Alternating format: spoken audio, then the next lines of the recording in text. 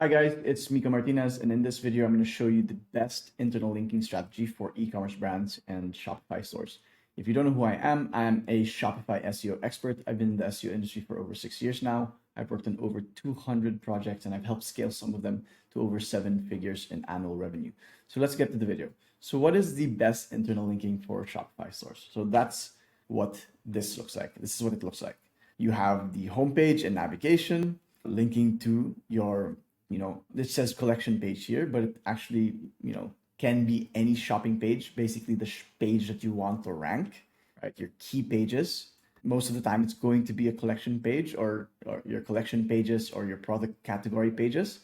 And then you have supporting blog content around it, right? And as you can see here, all the supporting blog content links to the key page, the collection page or product category page.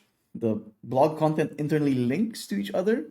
And yeah, it doesn't have to be strictly like this, but it's like you internal link it when it makes sense. If it's relevant, then you internal link the blog posts together. And the collection page, the product category page, links out to not all the blog posts, but the key supporting blog content, right? Like 1 to 3 key blog posts. And I'll explain each, I'll explain exactly what's going on here, right? And why. So number one, the goal of this, setup is to maximize link equity. So as you can see here, on your collection pages or the shopping pages that you want to rank, you want to limit the outbound links to 1 to 3 key blog posts to preserve the link juice on that page. Some SEOs actually even suggest that you don't link out at all, like 0 outbound links from the shopping pages, because they want to keep all the link juice there. But we have actually tested this, and linking out to 1 to 3 key blog posts actually helps improve the rankings of the collection page. And the reason behind that is because it doesn't close the loop. It keeps the loop open and allows the link juice to keep flowing through this whole setup and throughout your whole website, essentially, right? Another caveat is that you want to focus your backlink efforts on these key blog posts. These key blog posts should be the blog posts that have the highest search volume and that actually really closely support your whatever collection pages you have on your site. So instead of just blasting your collection page with all your backlinks, right? All your guest posts, link insertions, whatever, you want to build backlinks to these key blog posts as well, right? It helps do 2 things. Number one, it doesn't black sheep your collection or shopping page, right? Like, because it can be unusual to just have one collection page and all the links are somehow pointing to it. It's good to have these key blog posts that you can build backlinks to and support the ranking of your collection page. Another thing to take note of is that all blog posts link to each other and back to the collection page, right? Again, you don't have to link every single blog post to every other blog post, only when relevant. The key thing to remember here is that every single blog post or relevant blog post to the collection page links to the collection page, and that, and that none of the blog posts are orphaned, like they're somehow connected to each other, right? Okay, so yeah, that's the ideal structure. You want to aim for something like 3 links out, from the collection page, 3 outbound links from the collection page, and 10 links in to the collection page, right? Okay, next, homepage and navigation links. Like I mentioned this in the beginning, you want to feature your key collection pages or shopping pages, if you want to rank your product pages, on the homepage and navigation bar. Links from these areas are particularly valuable and strong for SEO. For example, your homepage is the hub of your site and it usually has the most backlinks pointing to it. So you want to make the most of that link juice and feature your most important or high search volume shopping pages, whether that be collection or product pages, at the top of the homepage. Again, this has been studied extensively. Links at the top of the page are usually stronger than links at the bottom of the page. So if you're structuring your homepage, you want to make sure your most important pages are featured on top. And usually it's going to be your collection and product pages with significant search volume. And then you have your blog posts or even a few blog posts at the bottom of your homepage, right?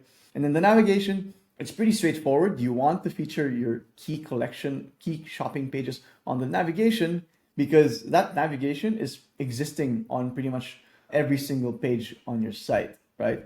Like these boilerplate areas usually don't have that strong of link juice, link power, because it's not on the main content or main area of the page, but it still exists on every single one of your sites. So it's like an indicator to the search engine, an indication to the search engine that these pages must be very important, right? And lastly, be smart with your anchor text. Like the reason, we have this internal linking structure is because we understand that internal linking is extremely important for SEO. Studies have shown that pages with more internal links going into it usually rank higher, especially when you use varied but relevant anchor text, right? Varied but relevant anchor text helps you rank for longer tail keywords and increase traffic. And just, internal links in general are just very powerful when it comes to SEO, especially if they're relevant. And the internal links just, when done this way, when they're pointing to the important shopping pages that you want to rank, they're very powerful in actually improving rankings very quickly, right? And lastly, I just want to show you an example of this at work, right? Like the Soapery does this really well. They rank for this. They rank number 1 in the UK for essential oils, their collection page on essential oils. And you can see kind of like how they're doing their internal linking, right? So this is the essential oils page. It ranks really well. It ranks number 1 for essential oils in the UK. And you can see that from the collection page, they have some outbound links to blog posts, right? Like essential oil notes explained. They have essential oils for soap making, bath salts recipe, lavender melt and pour soap recipe. So they have a few outbound links, and then you can see that the outbound links point back to the essential oils page right here. They point back to the essential oils page. Like each of these all point back to the essential oils page here, essential oils page. They don't use the same anchor text over and over and over again. They use varied anchor text. They are implementing this internal linking strategy, and it's obviously, let me bring up the traffic. It's obviously working quite well for them, right? So I hope this was helpful. I hope you see the power in this internal linking strategy. I hope you implement this. Let me know how it works for you, or if you have any questions. If you want to learn more about Shopify SEO in general, I have a school community, and in that school community we have a masterclass on everything related to technical SEO, from technical SEO, on-page SEO, off-page SEO, basically the A to Z with regards to ranking your Shopify store on search engines like Google. So if you're interested in that, there's a link in the description. But that's it for now. Thanks for listening. Cheers.